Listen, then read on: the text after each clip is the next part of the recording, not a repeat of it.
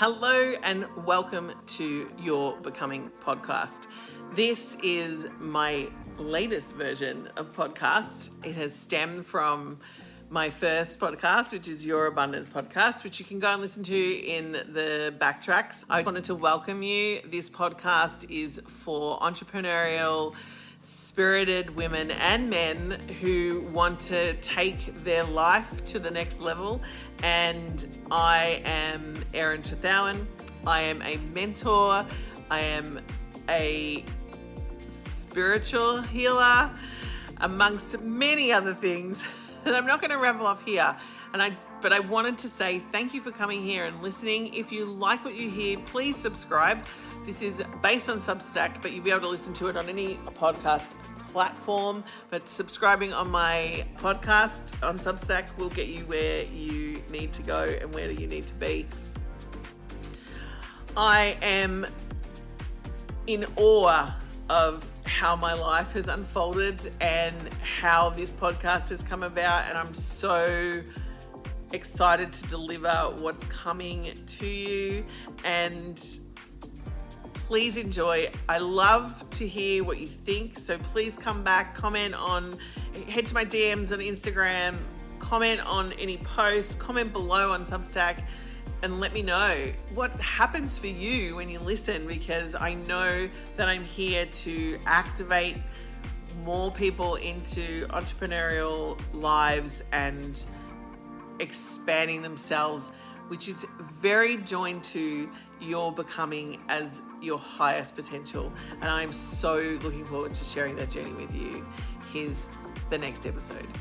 So welcome to the inaugural, it's not the inaugural, but it's the first for the year of the Your Becoming 2026 podcast series. We are here, I'm here today with a very special guest. Some people teach alignment, others live it, and a few build systems that help people embody it. So today's conversation is about becoming the woman who can hold her own light. And I have an absolutely beautiful guest with me today, Joanna Hunter. She has been on my podcast before, so you can go back and listen to that as well, because it's there about her $1 million experiment. But today we're focusing on something slightly different. Joanna is an international metaphysical teacher, author, speaker, and the creator of the Light Web Oracle deck, which I have here. Very excited. And she has built a 7-figure spiritual business, amongst many other businesses, by the way. She's worked with over 10,000 students globally and is known for translating higher consciousness into grounded real-world applications. I know she has working with many women, especially spiritual women in business, not unlike myself. And she channels the collective consciousness known as Skylar and teaches alignment as a lived relationship with energy, and also alignment and self-responsibility. Not so much about performance, but about being who you are. Hello, Joanna. Welcome. Thank you. My goodness, that was the welcome of welcomes. Thank you so much. I do love a good introduction. I want to say something about Joanna before we get started, which is that she doesn't, a lot of the time with spirituality, it can be, you can call it woo, airy-fairy, whatever. If you're listening to this, you're probably past that point. You're into spirituality and you're here and you have a deeper connection with the divine. That's what that's my assumption of my audience and people who hang out in my worlds. And I'm pretty sure that's the same as yours, because we hang out in each other's worlds. But I want to say that a lot of the time with spirituality, you can be taught to leave. Like it's such a big, the metaphysical world is such a big thing. And so you can easily leave yourself because of those metaphysical things. And what I love about Joanna is that she teaches you how to inhabit it with clarity, power, and presence, and becoming an embodiment of spirituality. So I have some juicy questions for you, Joanna. Good. I think the human experience is about, we're here to have a human experience. If a lot of people get into metaphysics, or they get into the spirituality, or they get into that spiritual world, and it's like head in the clouds, and that's nice for a while, But you've still got to have your human experience. Your bills have still got to be paid. You've got to put that food on the table. You've got to do those grounded things. And for me, my journey with spirituality is about putting that, using the spirituality to help enhance my human experience versus that my metaphysical experience is separate to my physical experience. No, they should be working together, because if they work together and you start to enjoy your human life more, is Mm. that not worth its weight in gold? Yeah, exactly. Exactly. And so obviously the name of my podcast is Your Becoming. It used to be Your Abundance, but it became Your Becoming over the last year.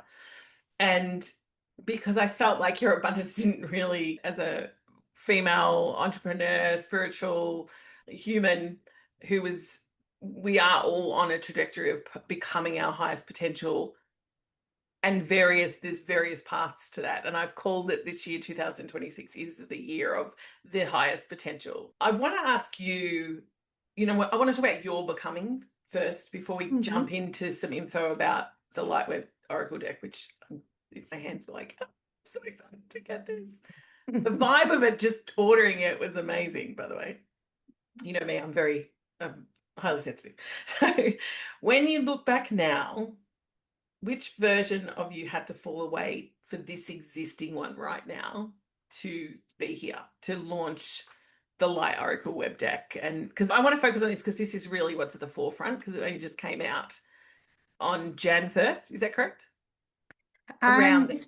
It came out at the tail end of last year, but because we've got global distribution, it came out in like lots of, it would appear in one country and then it would appear in another and so forth.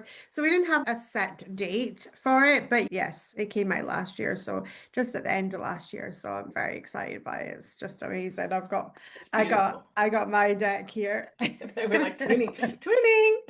I don't know. We'll be getting into a little reading for the future for everybody who's listening. Yeah, so bringing that into the forefront. So when you look back now, which version of you had to fall away for this one to exist? I often credit, so I'm going to answer this question by not answering this question, but Sorry, we'll get um, there. but in 2015, I was sick and tired of feeling sick and tired. I was at the tail end of, I had managed to heal my body using metaphysics. I had chronic illness. Prior to 2015, I'd had a massive burnout that resulted in multiple organ failure.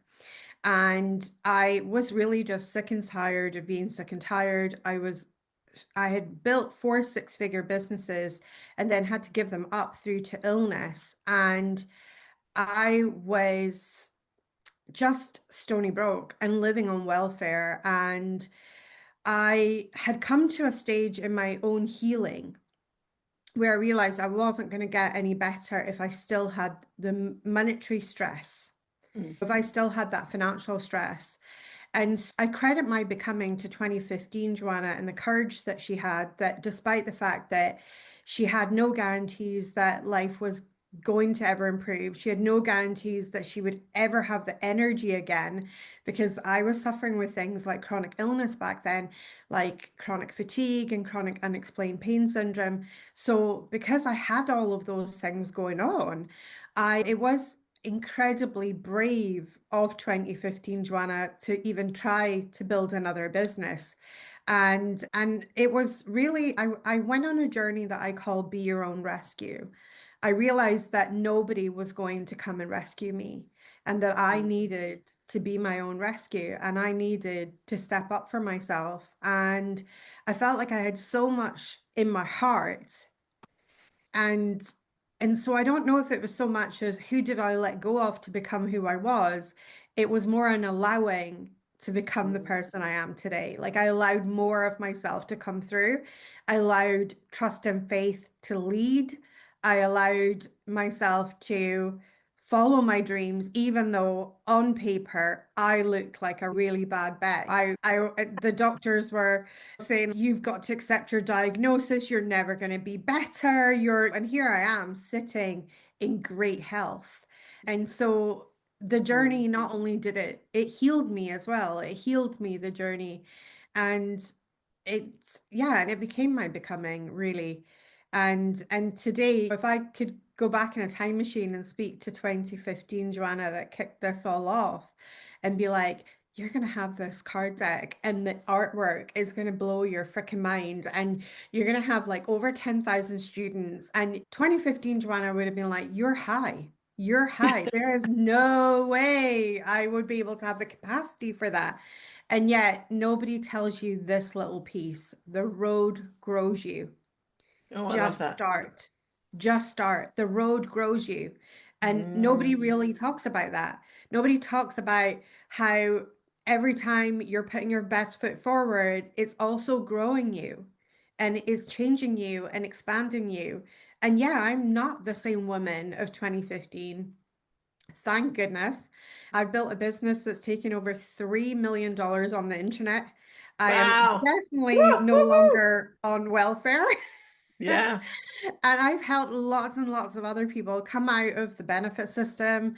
I've helped lots of people realize their dreams, create the $1 million experiment to date has created over 60 millionaires. It is Wow. So just good. insane. It's like everything that spiraled out is just insane.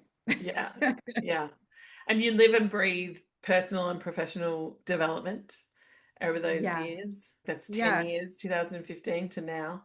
Even before that, because the only way that I was able to actually start my business, because I had used metaphysics to begin healing my body, but I realized the financial stress was like the last piece of Mm. required that I had to address the financial stress, because that continual low level stress of like, how will I afford to live? How will I afford to pay for my kids and things like that was impacting my health in a negative way. And I think to put a finer point on it, it was survival mode, and it's really hard to thrive while you're in survival. And I needed to shift the survival energy, and that's what we've done. We've shifted that survival energy, and it's the life that I live today compared to the life that I lived 10 years ago is it's night and day. It's so different. Yeah. And I think a lot of the reclaiming of who you are is a part of your becoming very elite, and especially when you're coming up from that lower hum energy of scarcity and that struggle of if it's financial stress and where am I going to get my next meal and home and how am I going to keep my Totally. rent and those kind of things. So what's one, you've got so many, so it's hard for you to choose, but what's one thing that you could give to the audience when they're listening today about, I think it doesn't really matter. I've seen this happen with people who earn lots of money and people who earn no money.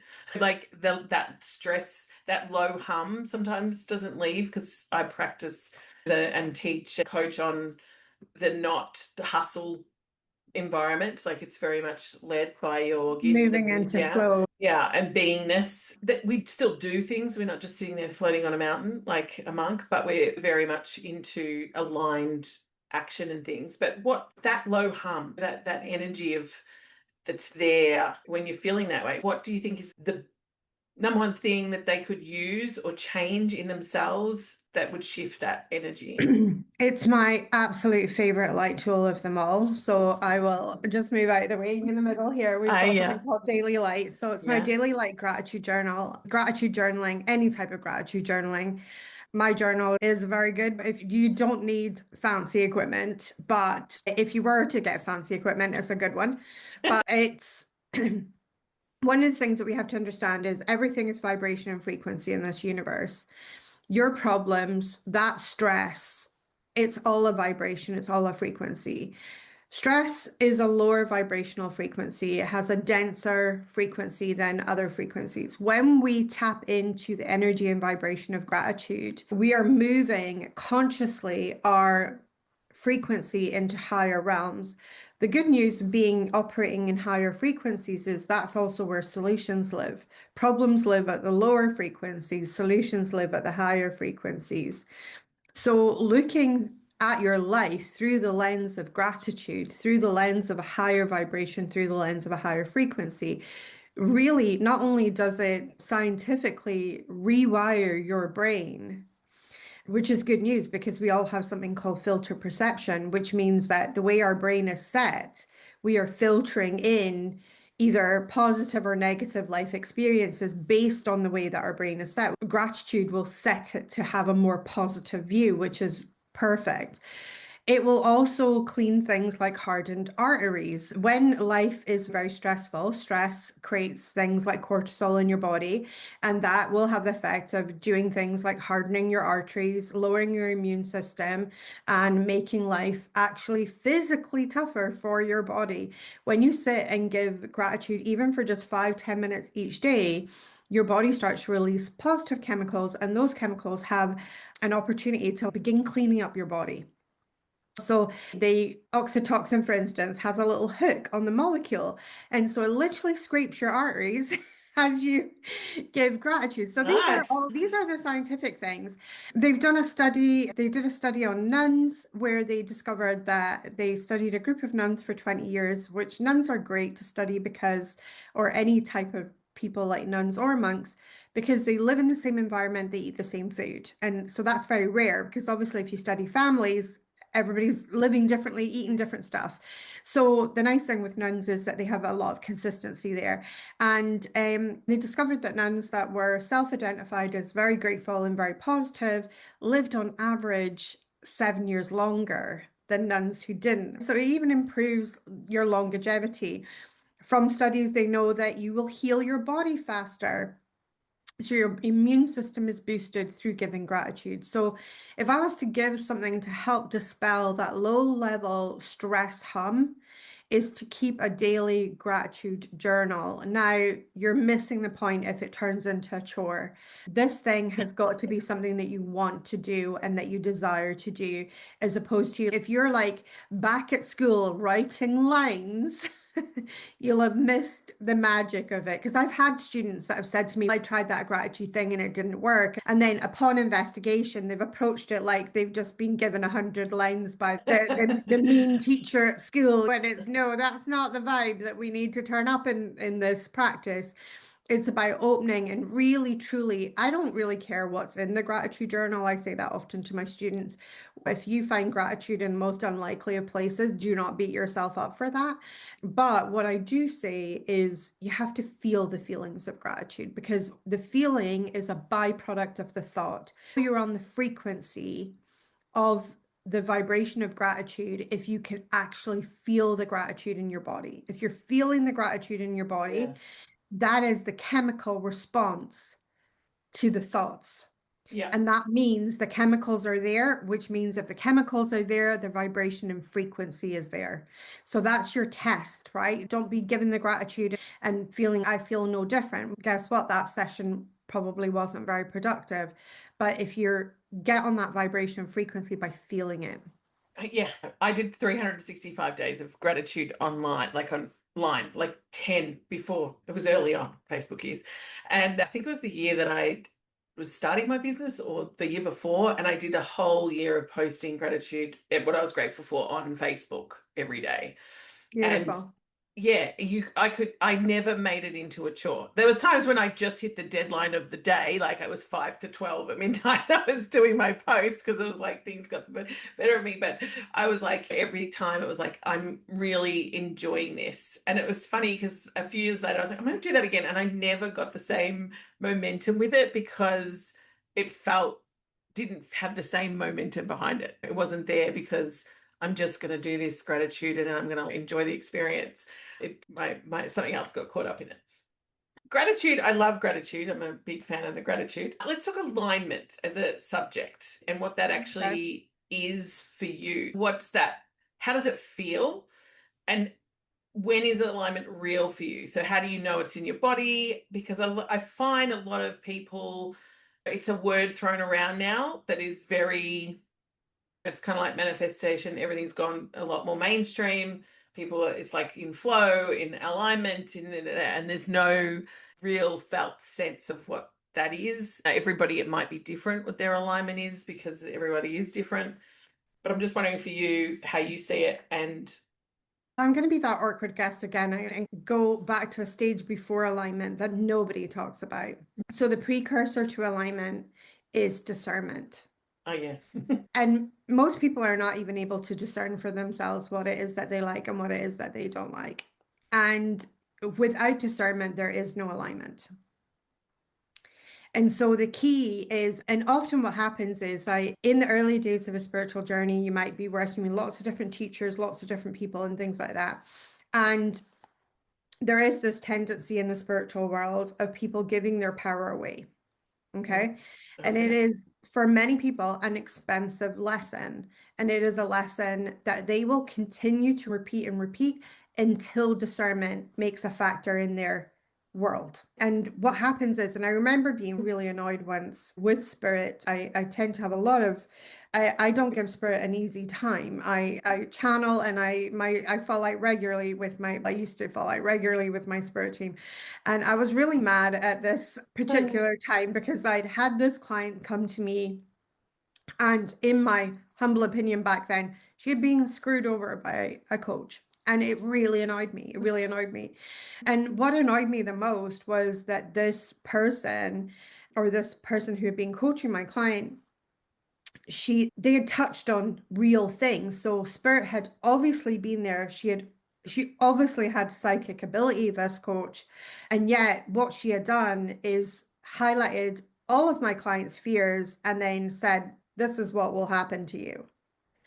And I got really annoyed. Yeah, I'm one of those. And my mama I can hen feel it. energy. I got my mama hen, my feathers were ruffled. I was like, and I got really annoyed. And what I got more annoyed at was not so much the coach, but the fact that spirit was willing to work with someone like this. Oh, yeah. And so my spirit team, Skylar, says, you've just worked with this client. What do you think her heart's desire is? What do you, in your own personal opinion, what do you think that she desires? And I said, I think she desires to be like an empowered woman. And they said, yeah. And he says, we've never come across one of them that hasn't learned the lesson of discernment. And I thought, okay, Skylar, and the mic drop. And I was like, why? And I thought, and I said, so what does that mean with this? And she says, your client told you in her own words that even as the coach was speaking, she wasn't resonating with it. And yet she still gave her power to the coach. And I was like, Yeah. okay. And I said, so what does that mean? And they were like, it just means in that moment for that particular client, that coach that you were judging so harshly was actually an agent of discernment. I pulled that card from the deck today. The agent of the universe. The agents of the universe. I was like, the agents of the universe, yeah, right? So yeah. it's like an agent. And there I saw a bigger, higher perspective picture, higher vibrational picture of the whole thing that played out. And, and really myself and this client, we ended up working on empowerment and discernment. You bet your bottom dollar discernment came up again and again. And discernment is that precursor to being able to actually move into alignment. Because if you don't know what you like and you don't know what you don't like, how can you be aligned? But if you are not willing to give it voice and you're looking to everybody else, are you my expert? Are you my expert? Are you my guru? Are you my expert? And you're going around and you're asking everybody their opinion on what you should feel. You haven't got a snowball's chance in hell of achieving alignment, right? Because alignment, at its very fundamental level, is going to be a random, a broken clock is right twice a day, right? Situation. But most of the time you're not getting that alignment happening. You will get that alignment happening the moment that you're able to discern for yourself. But the second thing to discernment is discernment also requires self-validation. Oh, yeah. Okay. Yep. Because once you discern, I don't like this, and then you've got voices around you, everybody's doing it this way. And you're like, I don't like this. Are you going to listen to the outer world voices that are all going, everybody's doing it this way and this is the way to do it? Or are you going to discern and self-validate and say, actually, I don't think that way's for me because I'm not feeling it. Yeah. I think so this is the stepping stones before we get into that juicy topic of alignment. Now, most people that throw the word alignment around and they have no clue about discernment and self-validation being those precursors into alignment. Yeah, and it was funny because something came up that I noticed even in myself with discernment. Like, I'm very discerning. However, there was the other side of the coin of getting too discerning. Like, you become over discerning, where you're almost too boundaried to get, they can go from one extreme to the other with it. And I think that was also part of my lesson, particularly with alignment. Like, I met alignment early because I met discernment early, but then as things moved forward, it was like, oh, I need more discernment. But then it became, okay, now I'm just really discerned and not then. And discernment can move into, all energies are very subtle, and it doesn't take a lot for an energy to move itself out of alignment, and discernment can move into protection. And if you're not coming from the right angle, if you're using your discernment constantly to protect yourself, because then you're operating from fear. The key is, am I operating from love or am I operating from fear? If your discernment is coming from fear, it's out of alignment. If your discernment is coming from love, like, I love myself too much to put myself through that trauma, I'm not going to do it. That's real discernment. But it's, oh, if I say yes to this, oh my God, it's gonna be just a shit show, and it's gonna be this and it's gonna be that. Then we're in fear and we're operating from fear, right? So we've got to make sure that it's self-centric and it's coming from love. And I think that's why people struggle with discernment, because discernment is self-centric, and we've been conditioned for years and years as small children right the way into our adulthood to think about everybody else. And as I wrote the book Get Selfish, the way is through, and that is it, right? Isn't it? And that's why I called that book such a confronting title, Get Selfish, because it was a kind of like in your face to the conditioning of, you must think about everyone else.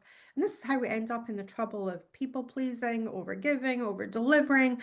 And those are huge energies in the spiritual community. Most of my clients will be self-confessed people pleasers, and we are detoxing those patterns of energy as we're stepping more and more into that empowered version of themselves. It's funny because I'm laughing, you answering my questions. I don't have to answer them. So I ask them, but where do you think, or where do you see women overriding that knowing most often? Yes, there's the people pleasing, but Family and clients. The customer is always right.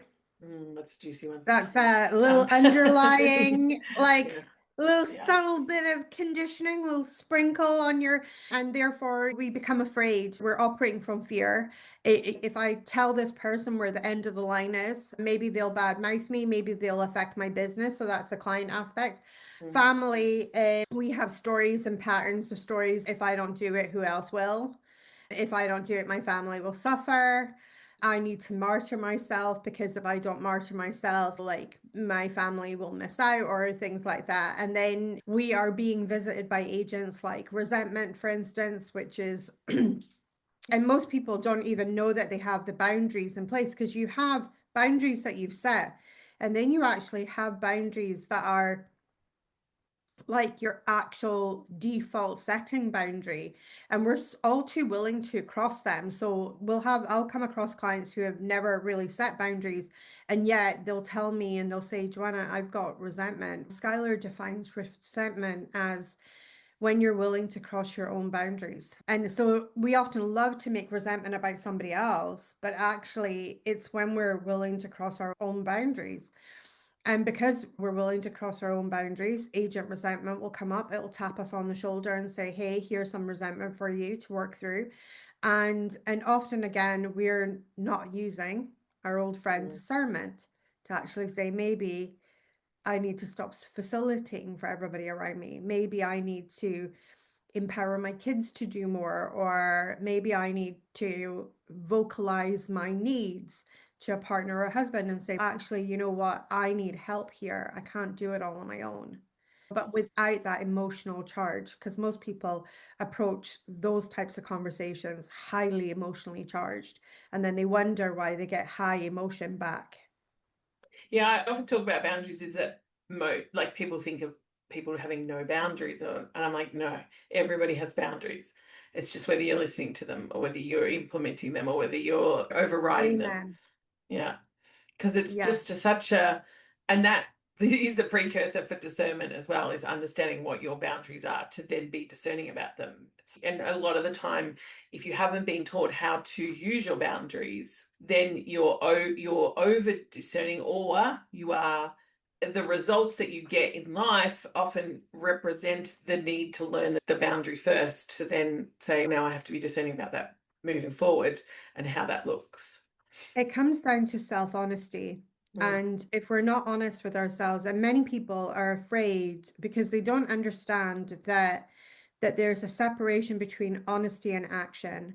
So they think if I'm honest with myself, then I'm going to, and they know deep down in their heart already, like they already know their own honest assessment of the situation. And so they know that if they are verbalize that or write that down or journal that, and they are really honest, it's frightening because they think, okay, now then I have to take action on it. No, I always like to separate the honesty from the action and say, listen, let's just be honest with ourselves and then let's see what's actually doable and feasible in the action. So that it's not that pressure that the moment you're honest, you now have to act on it. Because I think that's what's so overwhelming. And that's why most people don't actually want to be honest with themselves. They don't want to be honest with themselves because they believe that the honesty immediately leads to the action. No, once you're honest with yourself, you've got the data. Now you can discern how you're going to proceed and how you're going to move forward.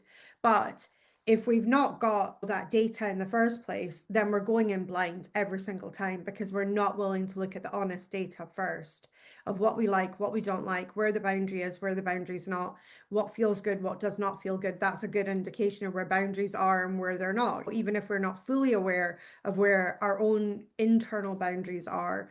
But good indication is the moment it starts to feel bad, that's usually the start of a boundary violation right there.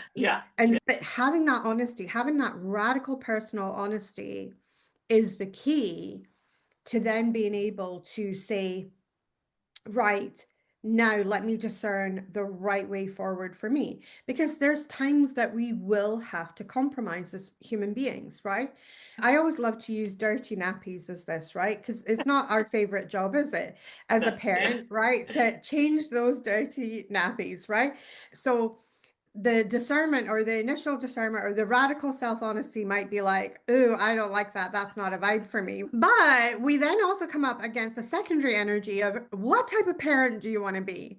And most of us will be like, actually, I don't want to be the parent that leaves their child for in their own dirt, basically. And so therefore, using the data, your radical self-honesty, that's not a vibe for me, to actually then say, okay, I'm still going to do it because actually what's more important to me is to be the parent I want to be.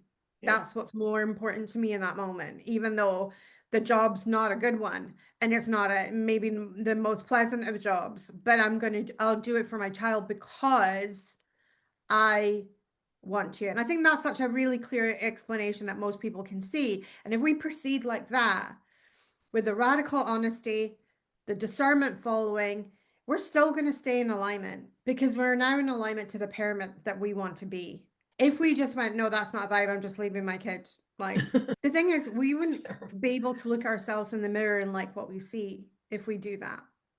And it's all about, for me, I think quite a lot about discernment is about being able to look yourself in the mirror and like and know that you like yourself as a person, or you get yourself as a person.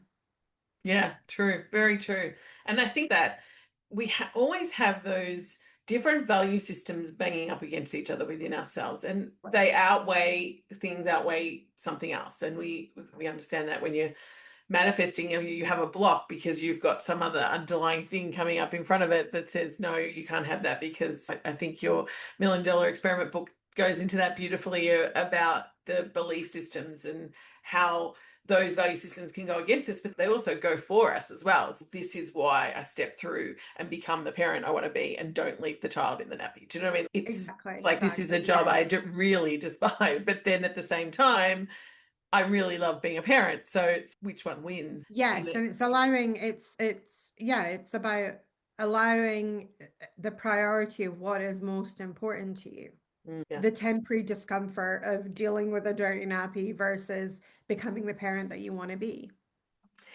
Which leads me to our lovely Lightweb Oracle deck, because these are the times when and there's so many different tools and things out there. So there's tools, systems, consciousness, there's now AIs, there's like lots of different things out in the world. Let's talk Lightweb first, which is because this is the thing. If you're struggling for finding alignment, struggling to make decisions, you're looking for answers that, yes, you can hire a coach for and do those things, but you can also have these tools in your pocket that actually help you to discern, that actually help you to see what's in the energy field, that actually moves you into more alignment. Because I always have this belief there's always more alignment. We can be in alignment, but then the next version of ourselves we're becoming, there's more alignment, there's more discernment, there's more of the unfolding of who we're here to be, I think, and our highest potential. There's always a deeper level, and physics tells us the universe is constantly expanding into nothing, and I see the universe as source. So source is constantly expanding into nothing, and we are also source. That means that there's always room for another level, there's always room for an expansion, there's always expanding into nothing. Now, when I first came to this knowledge, it was like, oh, gee, you mean I'm never going to get there? Yeah. And I got really disappointed. I was like, oh my God, there's never going to be a destination. I'm never going to arrive. I know. But now I take such great comfort in that the journey is never ending, that there's always going to be another level. So that actually is what helped me to stop chasing perfection. Because what's the point, right? Because there's always going to be another, you arrive at that level that you think was perfect. And then you know what? There's going to be another level because now your perspective at this new level has changed and you'll see that there's more. You'll see that there's another level of perfection. So I've given up on perfection now because I'm just in this journey of involvement and evolution and over time and just constantly evolving, and there's such comfort in that, of knowing that I'm never going to arrive and that there's always going to be another level, which kind of makes life exciting. I'd have a bit of a question before we get to which was as who you are as you're becoming. And I actually wrote this out after I'd sat there. I was like, I really want to ask that. Was when we're coming into reality, like we're appearing as this version, the person who's launched the decks out there, and there's always this kind of all things happening at the same time simultaneously. So the past, the present, and the future, and it's all one. At some point, though, you're letting go of an old identity sometimes, and you're bringing in a new identity to serve up what you're here to serve in the world. But there's this kind of it's almost like the becoming, like how do you navigate, because sometimes you're not quite that person, or there's a new one coming already. Do you know what I mean? It's because I'm a person who evolves quite quickly. Like I have different days when it's, oh, that's a whole personality gone. What happened there? And now I'm this person, because I love being in the environment and the work and the energy, and that alignment, something that I find is very key to my own work. So it's just, I'm wondering how you navigate that. It's almost like the in-between, which is probably what this is for, which is one of my questions. Yeah, I see alignment as very black and white. So Skylar teaches alignment as very black and white. You're either in alignment or you're out of alignment. The piece that most people mess up with in this is that they think trying to get into alignment is alignment. Like I'm getting into alignment, so that is alignment, but it's black or white, right? It's you're either in alignment or you're out of alignment. So the same goes with yourself when you're becoming. You're either in alignment to one version of yourself or you're not in alignment to one version of yourself. So if you're noticing that you're in the between, know that you are most likely getting into alignment to the new version of yourself, right? But here's where most people are just like, oh, the new version of myself. And have you ever seen Driver's Ed where people are doing the kangaroo? Right? People do that because the new version of themselves, they don't know who it is, right? And so it's a randomer. And they're like, I don't know if I like myself like this. I don't know. And so they tend to press their own brake and then the foot on the accelerator at the same time. So like this, right? Like they're jerking.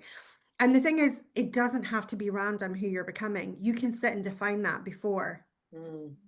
Yeah. Because Skylar teaches that your imagination is a glimpse into a quantum field of infinite possibilities existing alongside you. So you can use your imagination to see who that next version of you is. Imagine her, breathe life into her, so that instead of doing the driver's ed situation where you're back and forth and you're scared, you're actually running towards that version because you're so excited in your becoming. You're so excited to be that version of yourself, and that it's not a mystery. I think what happens when you notice that kind of back and forth, and you're like, oh, I'm not really quite there, but I'm not really quite in the old version of me, and I'm like somewhere in a sort of transitionary version of me.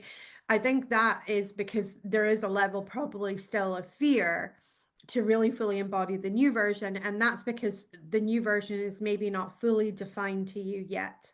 Mm. If you go ahead and define that full version to you, it's one of the fastest ways to speed up things like manifestation. Who will you be when you have that thing? Define her, know her intimately, because you will run to her. I think And this comes with the people who are people pleasers and perfectionists and things as well, is that my theory is that you can change it. If you get there and it needs a tweak, you know what I mean? People think that's what I have to be and that's what I'm going to be. And then it comes and they're like, oh, I didn't really like that. Oh, I don't really like that. Oh, I really, because we start that I don't want all the yeah, time. I don't want this to get what you do want. And so I think people forget that they can actually change you can choose and even choose as again. it's happening. You know what I mean? It's, oh, actually, Absolutely. I don't think that. I'm Absolutely. going to do this instead. Yeah, you can choose and choose again. And sometimes you won't Mm, actually know what a vibe will actually feel like until you're actually in it and experiencing it fully. yeah. And that's scary for people because they don't, because it's unknown, but it's, if you haven't experienced it before, it's new. And then all of a sudden people are like, I don't know if I'm going to like it. What I will say is that it's scary for people when they're in survival, Yeah. Yeah. because one wrong move can mean game over, right? Yeah. When we start to transition out of survival into higher levels of consciousness and into more thriving consciousness, then it's an exploration. It's exciting Yeah. because Agree. it's our moves are not based on whether we are going to survive tomorrow or not.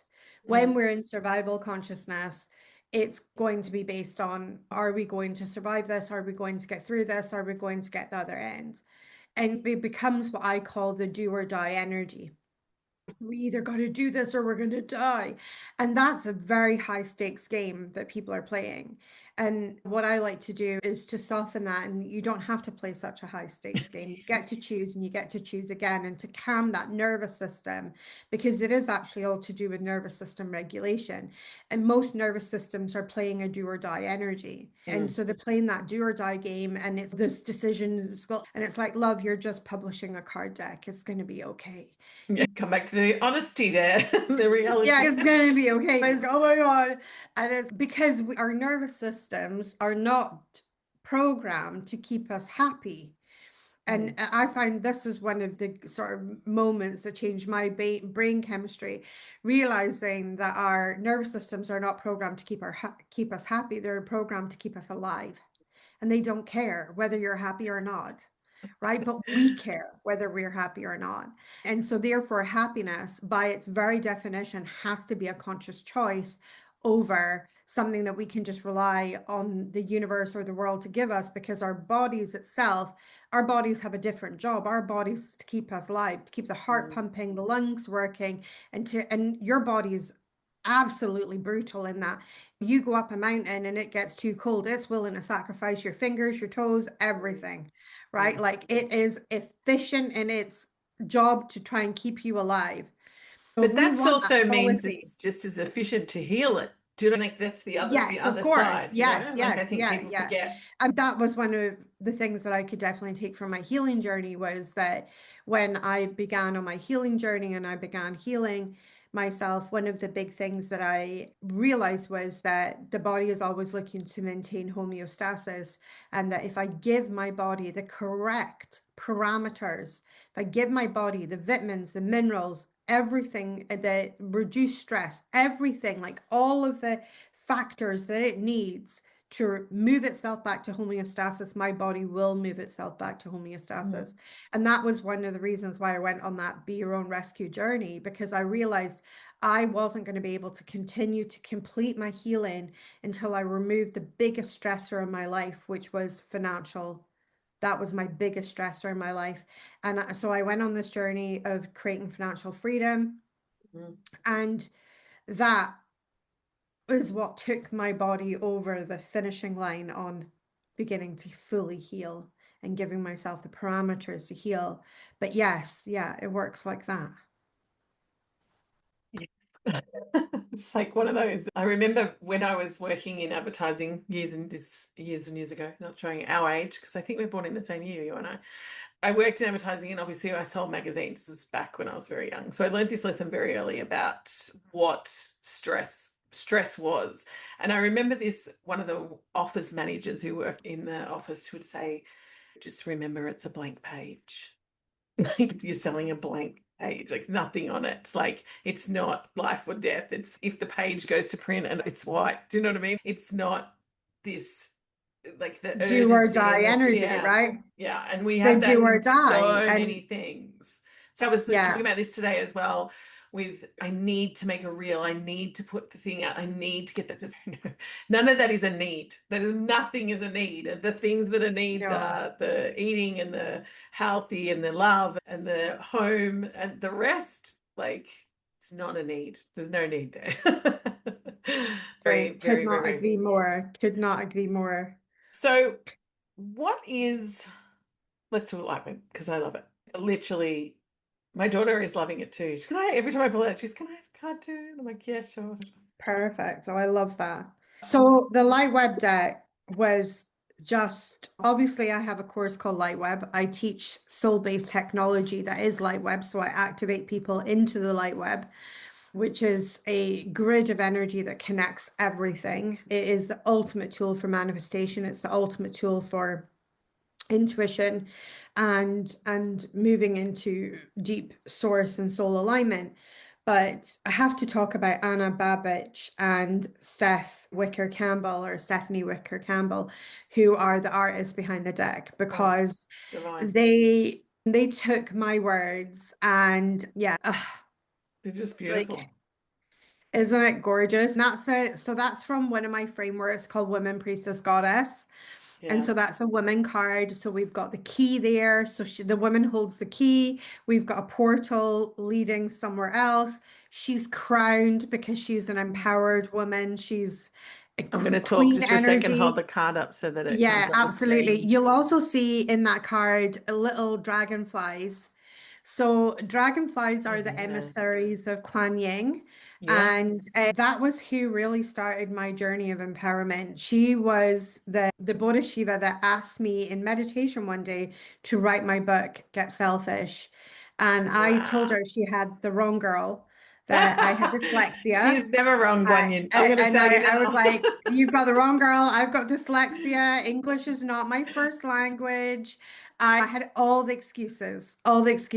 And I did write that book, and I went on to publish many more things. And so I had to include in the woman, I had to include that little dragonfly activation of and dragonflies are often synonymous with temporariness, because there's a species of dragonfly that basically do everything in 24 hours. They're born, they find their mate, they lay eggs, and then they die in 24 hours. And so they're very synonymous with living in the now. The symbology of these cards are so rich. If you look at them, you'll see more and more. Yeah, I just saw the tree in the background as well. Yeah, so that's like the stability and the solidness of when you're solid in your woman, you can move on to the priestess with a solid energy. You can move into the goddess energy. The priestess and the goddess the priestess is the temple builder. So she's your woman with a message. She's your healer, your torchbearer. She's the one but it's very hard for a priestess to build a business if the woman's always freaking out, like, how am I going to afford to live? And it's like, and you see and you're channeling, like, I'm trying and to you're channel all the aligned. message of a goddess. It's like, I'm aligned, and then it says, and the message is, do this, and you're like, The woman's like, not a chance. And you're like, what? You're more, I'm aligned. I'm going to build a massive business and I'm going to serve thousands of people. And then you hear that little voice, Mom, the dog just pooped on the floor. And your woman goes, ah. Yeah, that's it. Just keeping it real. Oh, that's so funny. But So it's about, we all, yeah. So the deck is very empowering. It has a lot of these teachings, but even if you're not familiar with the light web teachings and have the light web course, you're going to get so much from this deck. And the thing that I've done in the book as well is, so we have the light web words. So those are like the highest evolution of the card. And then we have the shadow web. So those are the things for you to look at. Right. And yeah, it might not be that all things resonate with you in the shadow web. One might stand out. Well, look at that. Be willing to go and look at your shadow web. So your shadow web is what keeps all good from you, right? That's the only thing that's standing in your way. The only thing that stands in your way as a human being is the shadow web. yeah. And the shadow web is a story. It's always a story, right? It's our thoughts, our feelings, our like, who am I to do this? It's always a little story. Then And we've I'm got laughing because I'm throwing my caution to the wind here because my questions to the wind. I'm laughing because I'm like, open the book, and then Spirit says to me, oh, yeah, there's that. You could talk about that. And you could talk about that. And then I went, oh. So interestingly, today we've talked a lot about feast and famine. So the spirals have come up as I've opened the book because I think I'm trust the divine will talk to me through the cards, through the words. It'll direct me where I need to go. Source and void, up and down, choice, 0 point. The feast and famine is a lot of what I think a lot of women entrepreneurs go through. And I think that's part of, yeah. yeah, it's a beautiful card. So at the bottom, we've got the shadow web, and at the top, Yeah. we've got the light web. And then in the middle there, we've got the 0 point. Ideally, what we want to do as people and entrepreneurs is make our decisions from the 0 point. Yeah. So we make decisions from the 0 point. So what is 0 point energy? 0 point energy is this beautiful place where nothing and everything can happen all at once. And it's a blank page filled with possibility.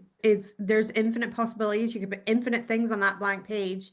And so it is that, but yet there's there's nothing on the blank page. Mm. And so that 0 point, there's no attachment to the outcome in that moment, right? If we can make decisions from that place of non-attachment, that place of like infinite possibilities are possible here, but what is it that I desire? That means we start to align with the higher vibrational energy, then we're making better decisions.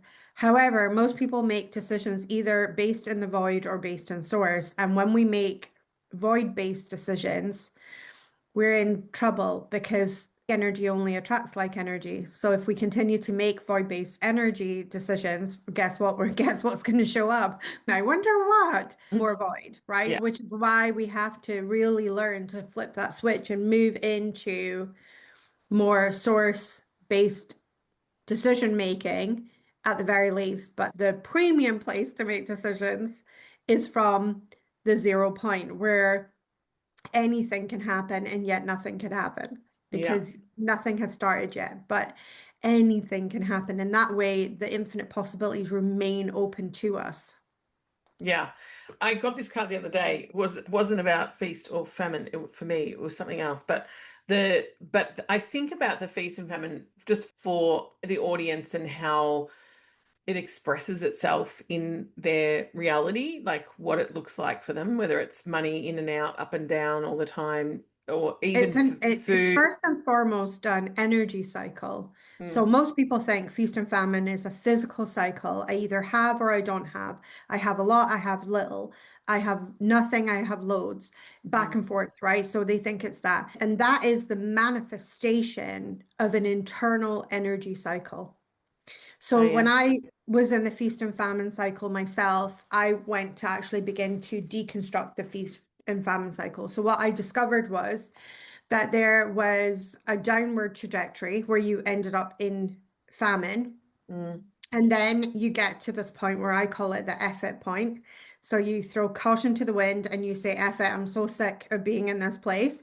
And you throw everything at it. And at this point, what happens is you now have max effort happening. right? So you're Yep. doing everything, you're suddenly promoting yourself, you're doing lives, you're doing all the things, boom, you start to gain traction. But it's like throwing spaghetti at the wall. You're throwing everything at the wall, like the whole thing, the crock pot, everything's going there, right? Like you are determined something's got to freaking stick on that wall. So you move up and up and up, and then you start to begin to enjoy the feast. Suddenly it's lunch for everybody. Yes, don't worry, I'll get that for you because you're feeling flush, money's arriving, you're a naturally generous person, so you're like, yes, okay, I'll get your lunch, no problem. And you're spending, but you're rewarding yourself because you're knackered, so you're rewarding yourself. So you decide you deserve a break. I deserve a little break. I've worked so hard, I deserve a little break. Yeah. Does not take a rocket scientist to see what will happen soon. So we go back into the famine. Then we get to the effort point again, and we repeat the whole thing again. So What exhausting. I discovered is if you build your business slow and steady, and you build it from consistent energy instead of this feast and famine energy, because your own energy is contributing to your own feast and famine cycle. If you do consistent right action each day, you won't have those massive highs very quickly. What you'll have is a slower high, but when you arrive at the high point, you're not knackered. Yeah. And you can continue to sustain the work that sustains the results. Yeah, I And find that that's the difference. the same with customers when they've got, or clients when they've got emotions. So they're doing this a lot, or we're talking emotions, because I do empowerment energetics, and they're either low here and they have the high, and then they go in and they have the high. It's a very similar thing. We want to flip the switch so we have more of the higher vibration, but the emotions can easily do a similar dance. And it's like finding neutral is a great place, but it's also understanding if you can get the emotions to work with you rather than this, oh my God, I feel this and now I'm hit the crash and then I'm back up here and then I've got the crash. And ideally for emotions, we want to be in the 0 point. We want to be able to make conscious choice on how we're going to proceed and not make our choices from an energetically, emotionally charged place where we're like freaking out and we're mad or we're angry or like whatever other strong emotion is like guiding us in that moment. The ideal is to be able to take that breath. Yeah. Okay, let me do the sacred pause first. Let me then think about this to actually make a proactive choice versus a reactive choice. And that's just going to make life so much nicer and simpler than constant reaction. Yeah, and it goes back to what you were talking before, even about that's that choice of having, I don't have to, like separating the action from the emotion. It's like, I don't have to react. I don't have to. No, you don't have to react in the moment. Take that moment. Yeah. And that's what the favorite tool in Lightweb. In Lightweb, we teach this like a toolbox of tools we call light tools. And the favorite light tool is the 0Fs tool. And it's such a powerful tool because we're not going around saying that to people's faces. What we're doing is as the data is coming in and it's maybe coming in hot, we say to ourselves, 0Fs. And it just creates this moment where there's now a space between the data coming in hot and somebody going off at you and you're like, 0Fs. Right? It's just that permission just to pause, to stop. And that in that gap that you've now created between the data coming in and where you are, there's now this beautiful space that you can say, hang on, let me think about this. Let me make a proactive decision. Most of why our lives are not working is that we're making reactive decision after reactive decision. And then we wonder why we fall out with people and we wonder why we're not able to articulate ourselves in the way that we want to be articulated. Of course you can't in a reactive state. You're just reacting and you're going to be relying in that reactive state on your previous conditioning. Go take a look at your parents, go take a look at your siblings, because that is the sum total of your reactive behavior. Right? So that's like literally Ebenezer Scrooge that gets visited by the ghost. That is the ghost of what you will become. That is the ghost of who you will be. But if you give yourself that 0F grace and you're like, hang on, wait a minute. guess what? Which is why this is in the card deck. I think I did see it. I keep it real like that. So if you're expecting like all love and light, like there is a little bit of CRS in here. So I'm just warning people. But I love it because they're such powerful, potent lessons, and they really help me to create an empowered life. But they've helped my clients as well create empowered lives. It was funny because when I have a similar method, but it's not with the F word because I probably said it enough myself already. Because my 2025, like one of my biggest achievements I felt was keeping my peace because, and I would have that same tool. I would say, I'm not going to let this take my peace. I'm not going to let this, I'm going to keep my Perfect. peace. Works exactly the same. Yeah. And it was really interesting. The more I did it in this experience that I was having, obviously it was negative because I'm trying to keep saying I was keeping my peace. I'm not letting it, but it gave that enough space from all the energy of it, the whole thing, to make very discerning decisions.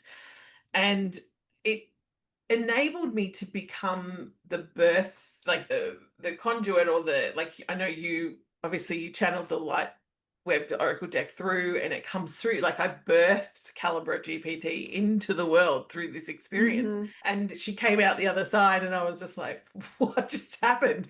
And I built this, took all of my empowerment energetics and built it into an AI system, and have it as for all the tools for my clients to use, but also I use it daily because it's so good. Because I was just like, I need someone like me. I need that thing that I can do for myself. And I'm like, now I have it. So talking to myself. But and me for me, that's yeah, me for me. It was like I needed a me for me, which is very aligned. So that, like, that means you're doing good work, right? Like when you feel I could do with a me for me, like that means that we're very aligned with the work that we're doing. You know? Oh, beautiful. I loved it. I love that. Yeah. Because then you would be your own best customer, wouldn't you? Yeah. Do you know what I mean? I would be my own best customer. I need a me for me some days. And so absolutely, I think it's such a good thing. Yeah. And but I love that giving that space, like when Lightweb came through you, I think you're very aligned in channeling and speak with Skylar and things as well. Guanyin is one of my go-tos. I also one of my shifus is Kali, and I also Ami Tofu spends a lot of time, and the Money Buddha because often visits me and channels through me.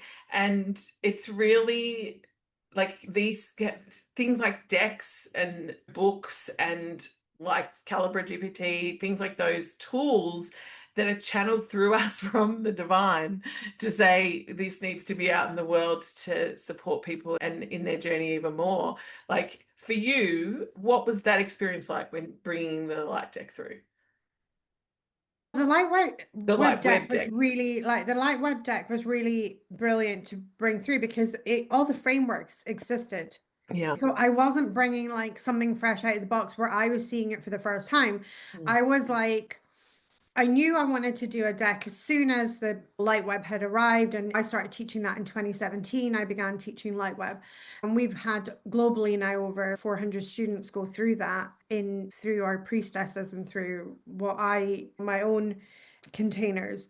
And so one of the things that I really love about the Lightweb deck was that as I was channeling, I started off by channeling all the names of the cards. And as I was channeling those names and the order in which they would come in, it was like each one was like, felt like an old friend because they were lessons, they were parts of my framework. So, like the complete light web framework, which is 9 pieces, is in here. The woman priestess goddess framework is in here. What else is in here? Let me think. The light tools, for instance, like the light tools are in there. Akashic records, violet flame are 2 like really poignant light tools. Akashic records, violet flame. Skylar's even got a mention in here. Yeah, Skylar's even got a card. The Codex of Light, which is where all these teachings come from, are in here. Important lessons, like, for instance, like the checkpoint is in here. Words that I use very often, like infinite possibilities, are in here. So each and every one felt like an old friend. And even, I want to show you just this card because it's so beautiful. It's one of my favorite cards in the whole deck. So it's our beautiful spirit animals and our spirit helpers. So the first spirit animal I ever encountered, I encountered this animal in a forest when I was 3 years of age, and I knew instantly that this fox was my spirit animal. So Yeah. it's there. But the spirit animal I tend to work with the most is the American bald eagle. So they're in there as well. And then we've got stag, and we've even got little fishes and bubbles, and butterfly is very, it's a creature So transformation, and beautiful. there's so much. And then here we've got the light language, and there's so much in these cards.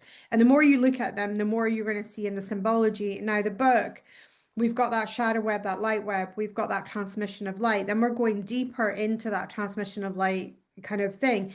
And then each card is ended with a light tool. So there's 44 cards in the deck, which means that there's 44 light tools for you to experience as well.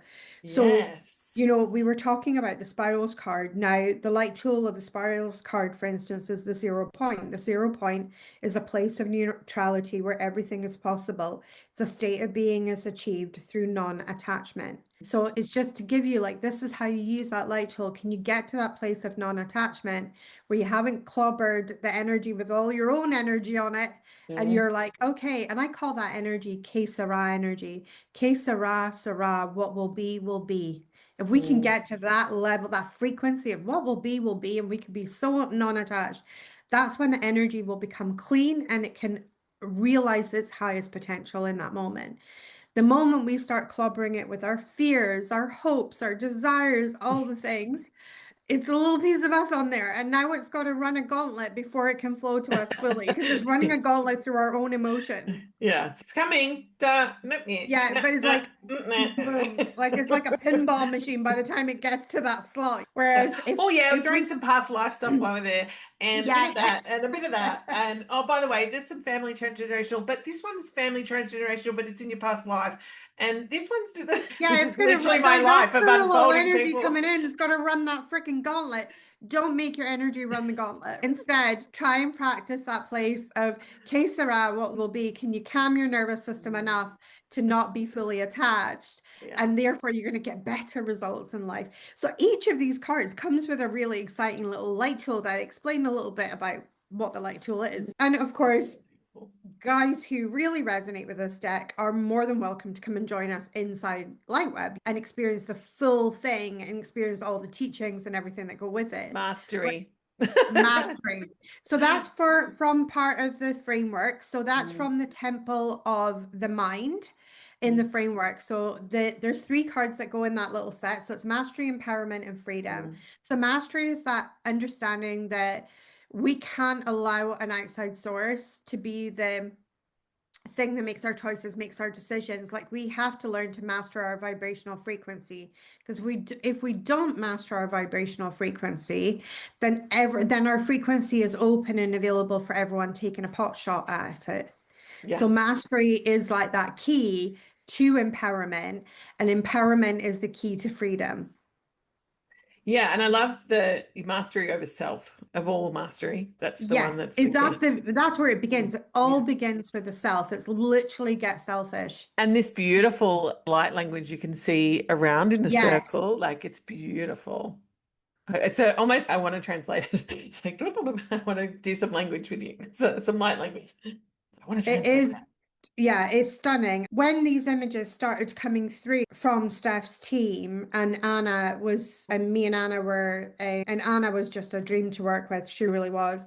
And when these images started to come through, I was just like beside myself. How is this real life? How is this real life? And Anna is very intuitive herself. So she did the majority of the cards. Steph did a handful of cards, and then the majority of the deck has been done by the artist Anna Babbage. And she was just such a dream to work with.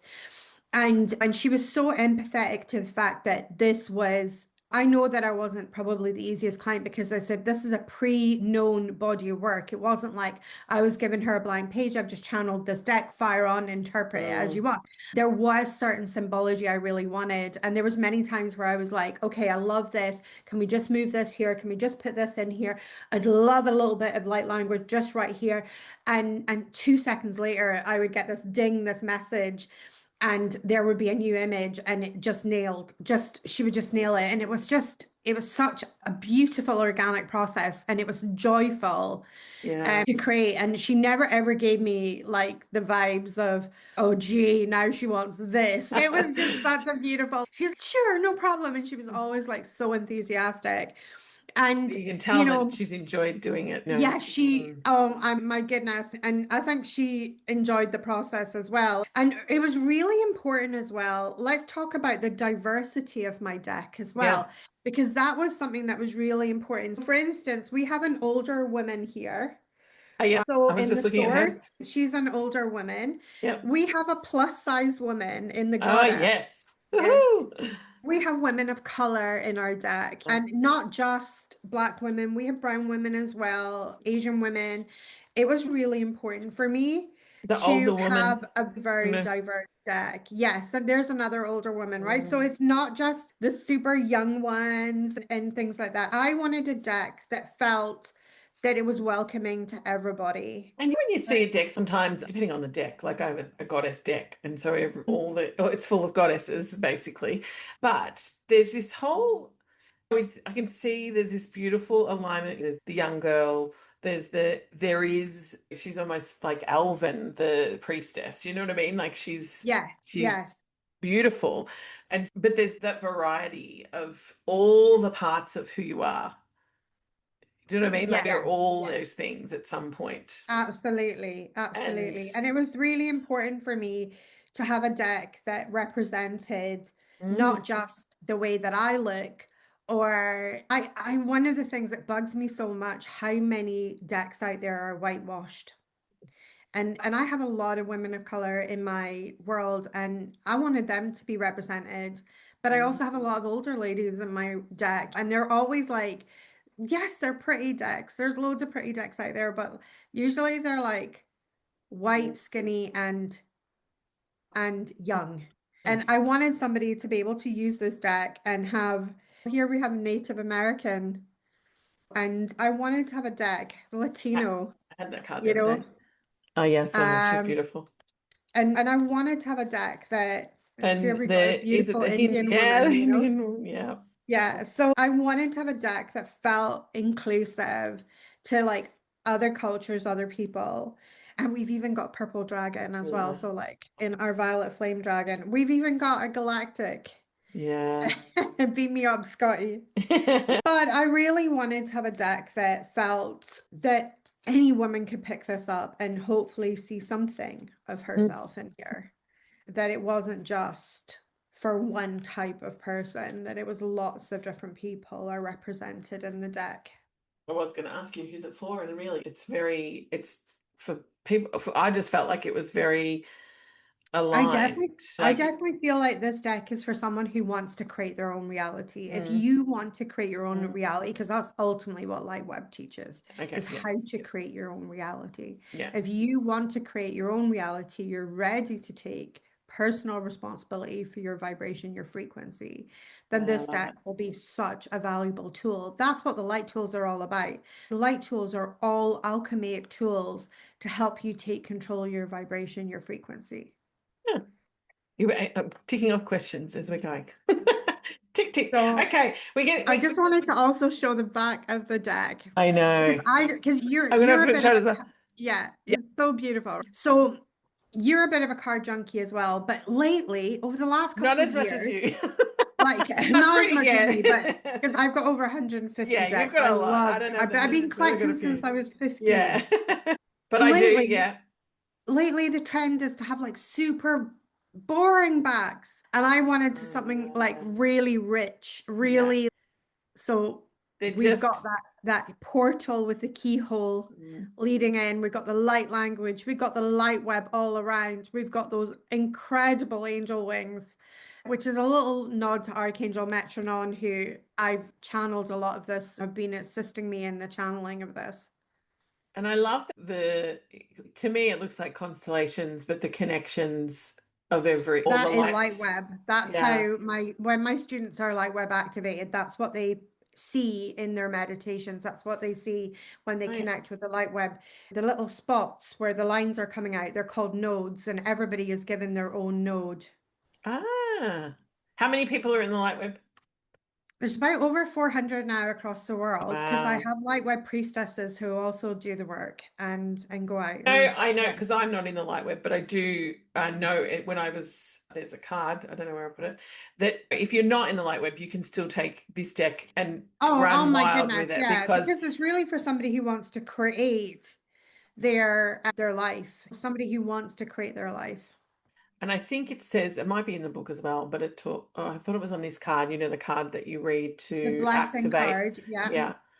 Yeah, the blessing card, but it might be in the front of the book where you talk about the fact that yes, you can, like, if you are called to the light web, then by all means move Yeah. there because that's going to help your in your journey.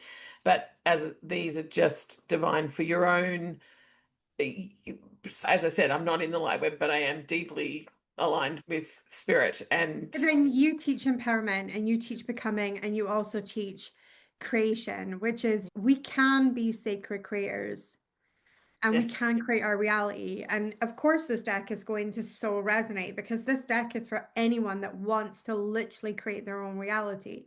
I want you to sit here and your listeners to hear this. Imagine if you had a magic pen and whatever you wrote with your magic pen would come real and would come true for your life. Right? yeah, What would you write for yourself? It's such a juicy journal question. If you had a magic pen and whatever you wrote, I will become financially free. Boom, yeah, it happens. I will do this. I will do that. In the present tense, do that exercise because here's the thing whatever you write will be your heart's desire. But you don't have to be like, oh, I'm a million miles away from that. That will never happen. Like, you can create that. We are sacred creators. We can manifest that life. We can manifest the life of our dreams. We can create as we want. There is a magic pen, and you are it. All you need you're to the do pen, is you're the dream and pen. desire. You are the Yes. pen. All you need to do is dream and desire and align your energy. Now, remember, we've had a huge, big conversation about alignment. So we know that the precursor is discernment. We Mhm. know that it's making positive, proactive decisions versus reactive decisions. These are all lessons that we teach in embodiment in Lightweb. Mm. But you've learned them on this podcast. And of course, this deck is going to speak to anyone who wants to create their own reality. And Yeah. who doesn't want to create their own reality? Because let me tell you, I spent years on the default settings and they sucked. Yes. They sucked.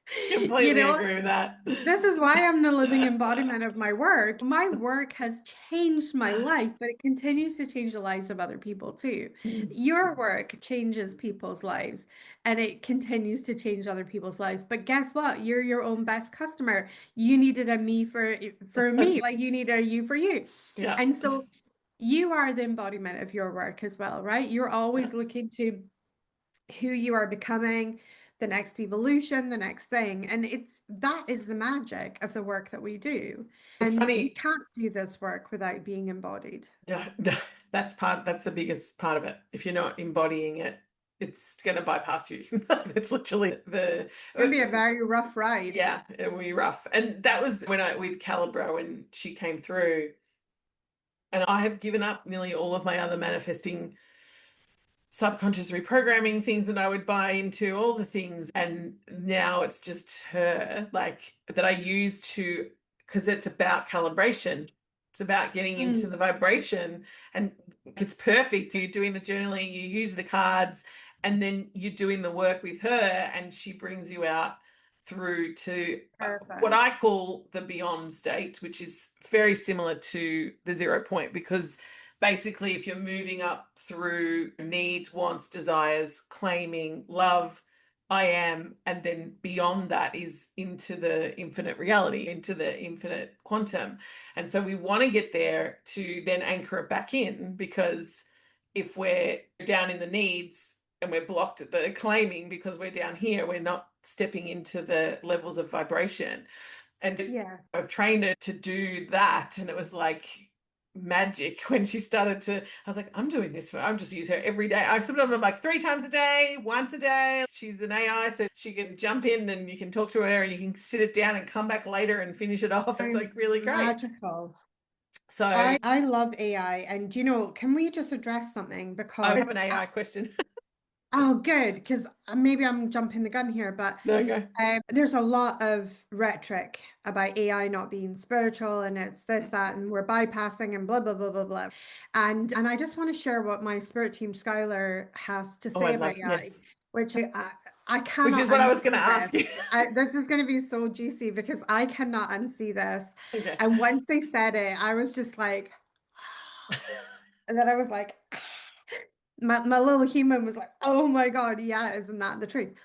So AI, our relationship, our individual relationship with AI is our own individual relationship with abundance. Oh, I love it. It's so true. It's so It's true, so right? true. It's a tool of abundance. It allows us access to masses of abundance of information, data, things. It Yeah. allows us to have more ease, joy, and flow. It allows us to have a lot of things. Now, I'm not saying you take whatever output you get from the AI and you slap that on the internet. That is not what I'm advocating here.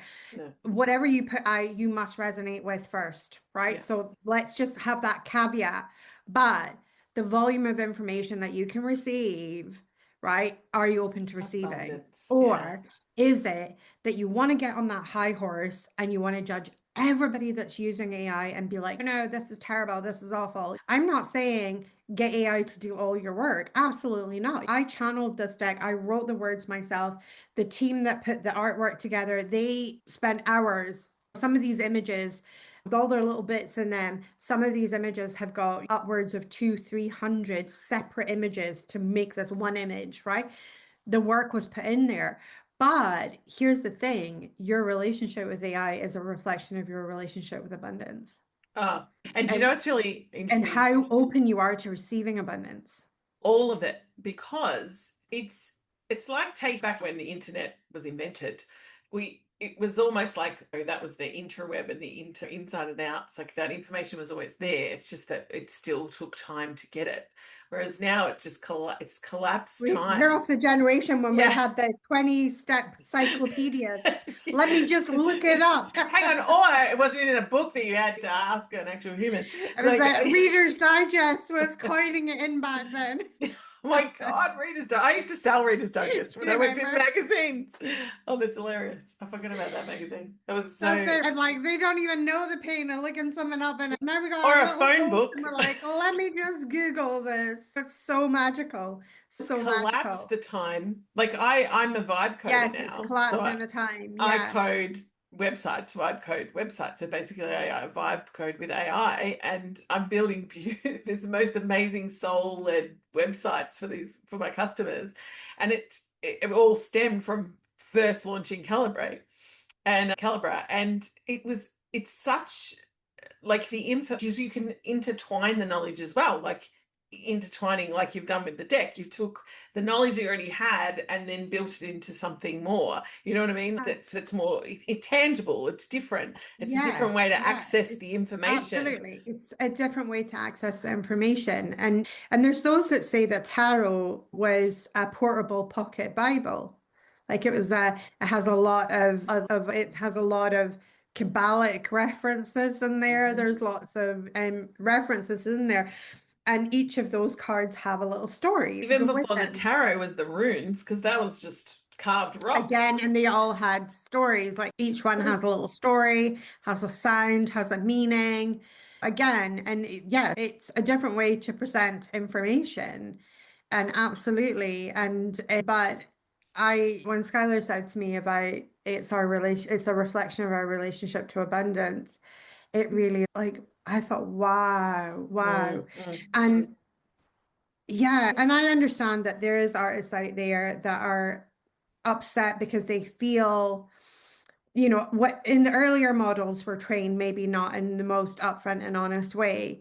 But if you think about it, as I'm an artist as well, like the painting behind me is mine. And so where Mm. did I draw inspiration from in my early days of learning art, right? I looked at what other artists were doing and then I was like, oh, I'm gonna have a wee go of that, right? And so why is that acceptable for fellow humans to do that, Yeah. but is not acceptable for a machine to do that? And then there's a novel writing methodology that what they say is that you can learn how to write like the greats. And what you do is you take the story of one of the greats, like Pride and Prejudice, for instance, and you write your own modern version of it, right? But in that exercise of doing that modern version, they're not saying put that work out. What they're saying is learn what made Pride and Prejudice a good story, what made it, like, what was the intrigue, what was the thing. And then as you deconstruct that and you write your own version of it, you go through and you learn to become a better writer. And that's a very accepted way of learning to become a good writer. That's correct. Why is that acceptable? And yet AI in a certain way has learned the same way, and we're up in arms and we're upset. And I think it comes down to that the barriers have been broken down. Like I It's I had funny. somebody.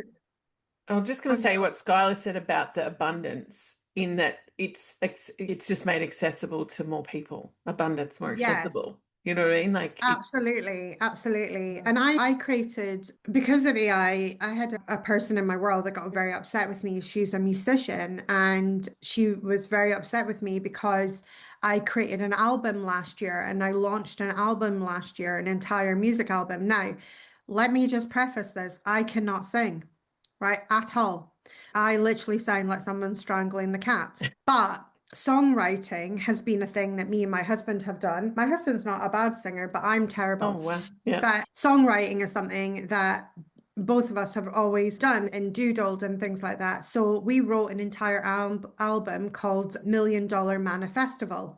And wow. if you love cheesy 90s music, Oh my God, right? yes. Yeah, if you love hairbrush classics and cheesy 90s music, it is done in that style, and it is awesome, and I love it, and I launched that, but all the songs are performed by AI, Wow. Oh, and they are epic, the songs.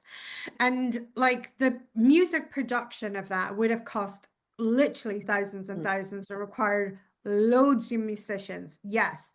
But here's the thing.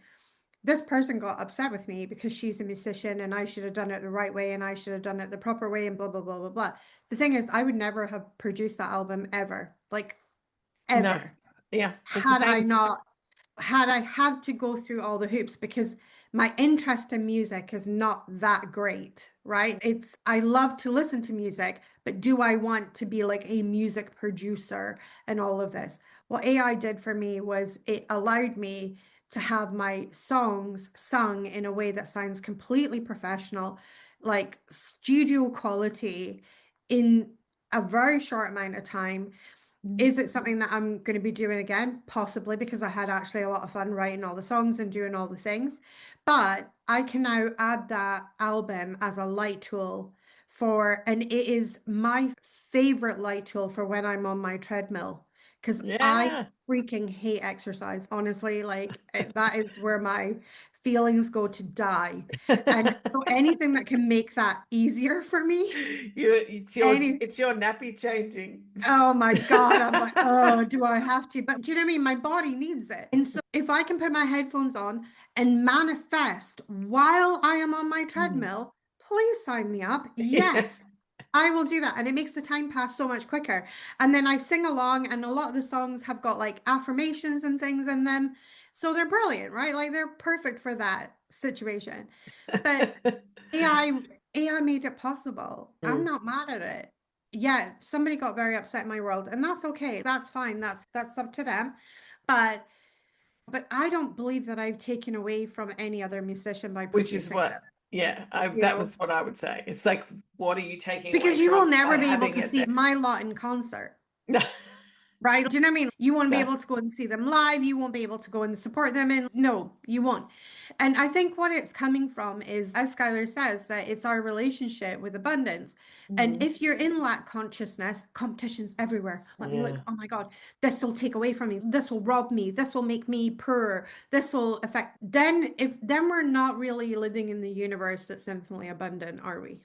No. And that's inner work, Yeah. not some chick making $1 Million Manifestival album. while you're a musician. Manifestable. I love it. And it's got a real party vibe, and that's the whole thing. It's just a party vibe. It's that 90s kind of cheese, songs with words, and it's just very poppy, upbeat 90s pop, and I love it. I can't wait to listen. I'll I'm send very you a link to it. excited. I'll I send you a think we link to it. should It's on you should YouTube. send me a link and I'll put some of it It's in on the YouTube. Anyone can listen oh, to you it. can It's listen to it. I'll literally have a on my look. YouTube channel, so I will send a link to it. Send me a link. I might put some of it into the mix it into the podcast. I'll put the link below for people to listen to it because we're always looking for like music is so motivational, and it's about the art that came through you. It doesn't matter that you like. My client years back, she was in the first round of It's Your Destiny, and she's an artist, and a lot of her work she did the as she painted, she got paints out and things, but a lot of the second part was the digital component. She did a digital component, and it's that whole story of what is it really art now that it's digital? So of course it is. It's just different. You're just presenting it in a different way. It's still art.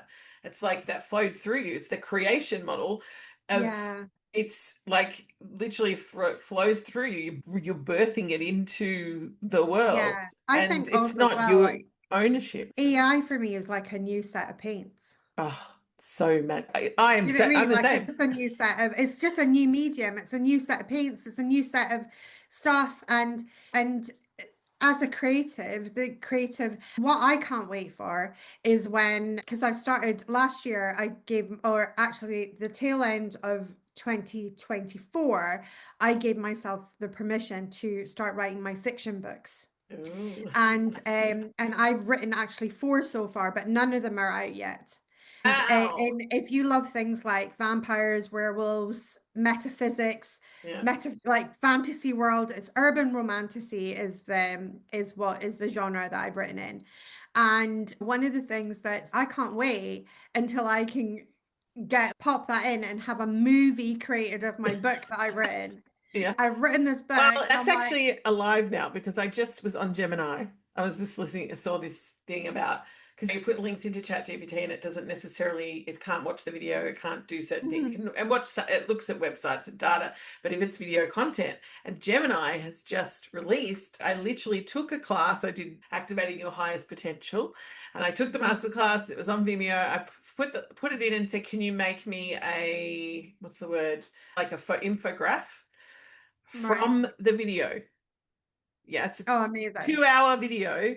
It is made an infograph in with all my color and branding in In like about 5 minutes. not even. It was Not done. I even. was like, Yeah, it's uh, exciting. It's a new box of paints and it in allows two you to move seconds, it's faster. aligned into Amazing. it's just created that. And it's like exactly how to activate your timeline in a document. You don't have to watch the 2 hour the movie now. You don't have to watch the 2 hour thing. You can just do the thing. And I'm like that with the whole thing. So like I literally launched Soul Out Tech, which is Soul Tech, which is Soul Ald Tech, but it's literally like a division of my business now because I launched Calibra, and then from that flowed, I'm going to do my own website in AI. And do you know what I love about it? My website's up, it's running, the SEO is shifting in no time because you can move things really quickly. Now, SEO used to traditionally take a very long time to take 6 months to a year before you were getting traction on an older Yeah, website. yeah, yeah. Whereas now, because you have the content and you can move things and you can, and AIO as well, which is basically the AI optimization of it too, when you're using blogs and you're doing things, you can move quicker, so much quicker. If I want to change something, the new didn't run because of the fire evacuations we had here. And literally it took me obviously a few days to bring my body back into alignment after the evacuations. But once I did, I sat there and I was like, okay, so ask the universe when are we doing this next? Because New Year's passed, what are we doing? And because I obviously have people in it. And I made the decision, okay, I'm just going to be on the Lunar New Year. And boom, I was on there, updated within 3 minutes. My sales page had changed, integrated the new Lunar New Year into it, explaining the situation of the change and how it's all come about and why it's running then, and launched out. People already viewing it. 10 minutes. That time would have normally taken hours of trudging on WordPress or At whatever least it half a was that you do. morning, at least half a Easily. morning of and things like that. And I think this is it. And it is how are you going to allow yourself to have it easier? Yeah, that's so true. Are you going to allow yourself to, and nobody's asking you to put out anything that doesn't sound like you. Like I look at if I'm using it in any capacity, I'm looking at making sure that it resonates with me, making sure that it's like that. And this is again, but this brings us very neatly right back to the very start of our conversation, which was about discernment. Yeah. And if you can't discern for yourself, no wonder you're in trouble. Yeah. Tools like So it, because the essential thing is to be able to use your own discernment and say, no, actually, I resonate with that, or no, I don't resonate with that, and take with what resonates with you. Be self-led. But if you're not self-led, these tools become a burden more than a thing, because I think they throw you deeper into doubt if you're not sure about who you are yourself. I was constantly, the last kind of 2 to 3 weeks, I've been fighting with ChatGPT and I've been having moments of like, why? What are you doing? You're just going off and new models come in or whatever. And I'm like, what's happening? You're going off in a tangent. So it's doing my head in. I was like, oh my God. And I was like having it out and people were like, what are you doing? I'm like, I'm arguing with ChatGPT. And it would always come back and go, you're right, Erin, I have gone off in a tangent. I'm very sorry about that. But it was like you're having this conversation as what's happened? You've changed. What happened? Oh yeah, I've changed. Okay, that must be why it's changed. And then still, I always sometimes use it as a tool because it also mirrors back to you. I was arguing with it, so I'm arguing with now you're saying abundance, and I'm like, oh, that makes so much sense now. We're back to it. And I think also as well, it is changing and it is evolving. And I think that's another thing but it's evolving at a very accelerated pace. It's evolving in a very accelerated pace, which is exciting because maybe by the time I get these fiction books, I can be like, let's make a movie. And I can see the movie before a big studio comes along and says, we would love to buy your books, Joanna, for our next big motion picture production. And I can say, let me show you what I had envisioned for the movie. And they can watch a little AI version of it. And then that helps to get the work more cleaner and clearer and quicker. But it's also visualization. If you're putting it out into the world already as that. Oh, I use it as just an for amazing yourself. visualization tool. If there's a car that you want to drive, give AI the make, the model of your car, the color that you want, and a picture of yourself, and ask AI to produce a picture of you behind the driving wheel. Now you've got a picture that is amazing for your vision board. Yeah. Oh, Right? so You want to live in a house, take a photo of the house that you want to live in, tell AI to put you on the lawn in front of it. You can use these tools to see yourself living that future that you want to create. Yeah. And also have levels of support that women, female entrepreneurs have not had when you're first starting a business and your access to, you've got agents that can build things and you've got like all those parts that you didn't have when we started my business is 11 years ago. None of that was there. As I said, I'm sitting there, built my own website from scratch to, obviously I loved the website even back then, but yeah, but it is, hours. I mean, a new set of paints, and it's not going anywhere, in my humble opinion. Oh God, no. No. It's not going anywhere. It's a new set of paints. It's here to stay. We're either going to have to get on the AI bus, or we have a risk of being left behind. Yeah. Everything in the Tao, everything has a soul. Everything. The deck. Everything. Each card. Well, that's the second thing that's really funny that Skylar says. Skylar says that all intelligence is divine intelligence, and by the very nature that humans have called AI, as in artificial intelligence, it falls in the category of divine intelligence too. And that AI is not something that human beings created, is what they've said. AI is something that human beings have remembered. With the birth of Calibra, I am completely in agreement with that, because the way it came through, like the sitting there coding, like just the energy of it channeling through me, and that feeling like the birth of something, and it wasn't the birth of something, it was a birth, and even the messaging,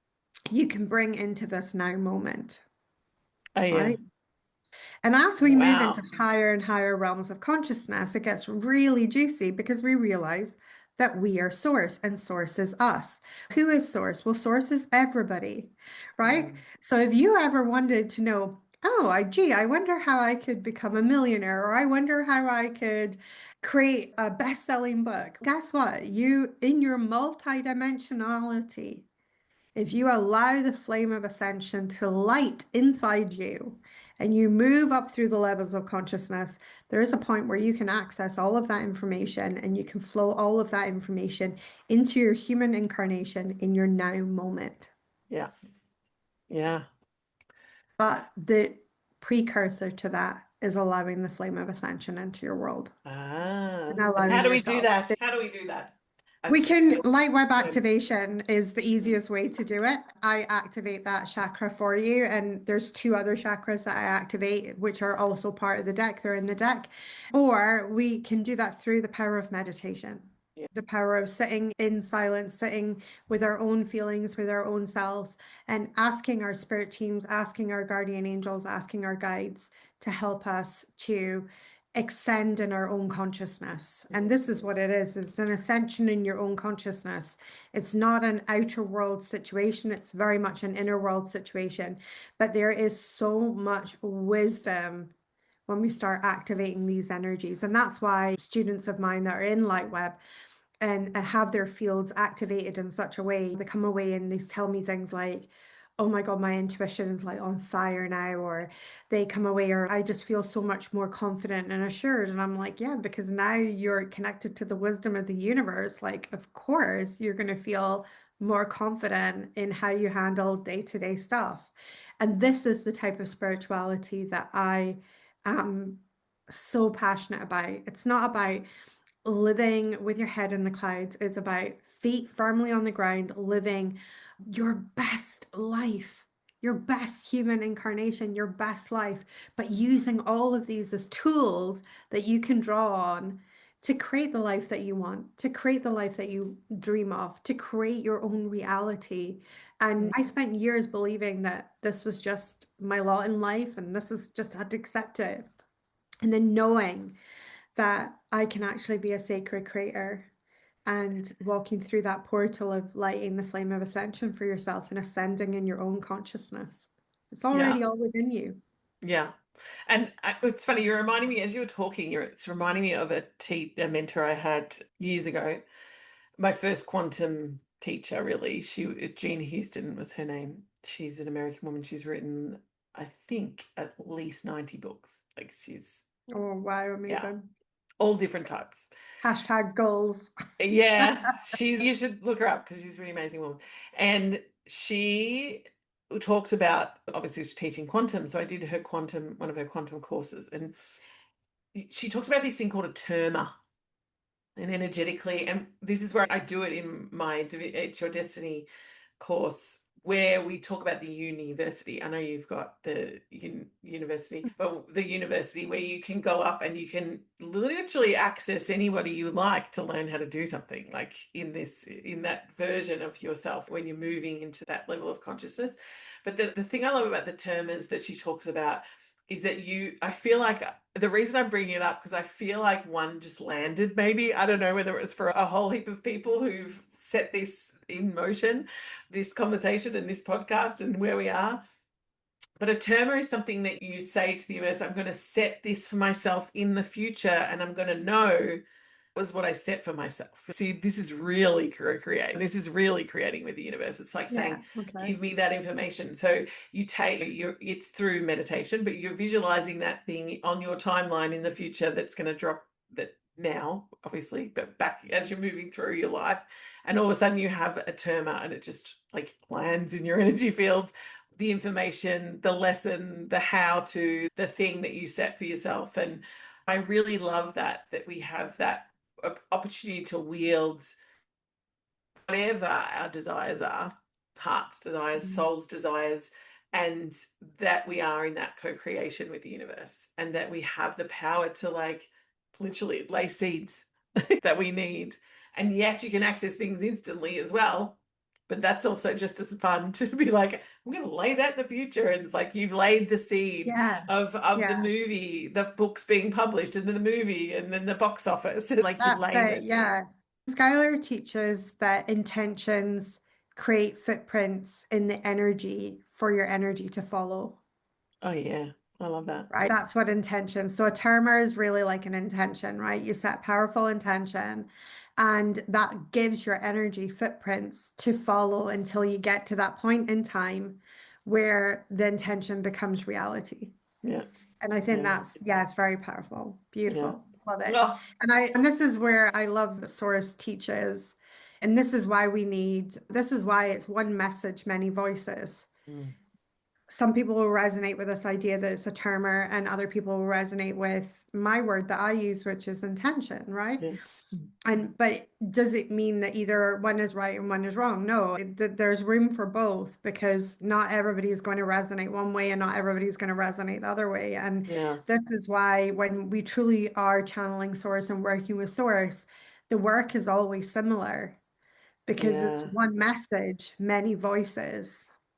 And the other thing, which is where I come from, is that I'm talking about this year being the year of the highest timelines. Like it's not one line, it's never just one life. There's so many choices.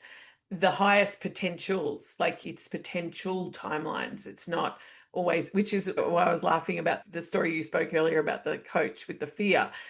And this is what's going to happen to you because of all those fears. That's one version of what could happen depending on your choices and depending on the divinity of it and the destiny of it and how things then unfold into the now, into the present, into the where you're becoming, right? Yeah, And my cheeky question that I love to ask is, how attached are you to that reality? Because it's only one of thousands. Like, how attached are we yeah. now? Are we talking do or die? Do you not take this reality from me? Or actually, you know what? On second thought, I could give it up tomorrow. How attached are we to that I reality? really like that. And That's I what think it is. that's And that's what we do. We hang on yeah. so tightly to realities when we don't, when we think reality is solid when it's actually fluid. Yeah. And that's the point. It's an energetic experience in a tangible forms and Absolutely. And that shift can happen in an instant. It can well it happen in an is. instant. That's Beautiful. I wow. have loved this conversation. Me too. It's just been soul food. I hope that if you're listening to this on Erin's podcast, that you will leave us a wee comment. If it was soul food for you, I would love to hear your feedback and leave us a little comment, and we will make sure that we answer and pop into the comment section as well, because I would just love to hear if you felt like this. Did we give you food for thought today? Yeah, beautiful. Exactly, exactly. And thank you so much for taking the time. We went over time, but that is completely okay because it's all divine in my book. The timing of everything is divine. So thank you so much. I am cherishing my Lightweb deck and loving it as well. As I said, yeah, you've got the cover there. They're beautiful. And we very blessed to have you on here for the first episode for 2026.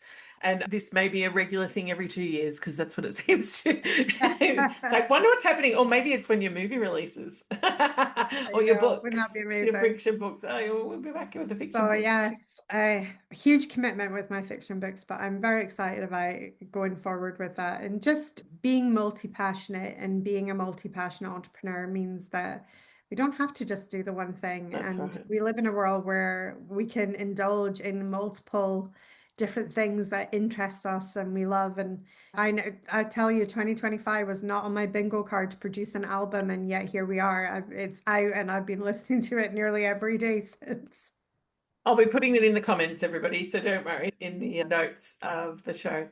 And thank you. Yes, lovely. As Joanna said, if you do love this, leave a comment, but also share it with those around you who are also soul-led humans who are wanting to create their own reality, basically, and Amazing. become who Amazing. they're here to become on planet Beautiful. Earth right now. Yeah. So There's Thank no you. creating your own reality without becoming first. That's the whole thing. Our work is so similar in that way that it's a beautiful intersection. And yes. Thank you. Thanks, Joanna. Bye. Thank you for listening. If you loved this podcast, make sure that you have subscribed, because that is the place to elevate and transform and begin your becoming and expand your becoming and become who you're meant to be in the world, because your ideas matter.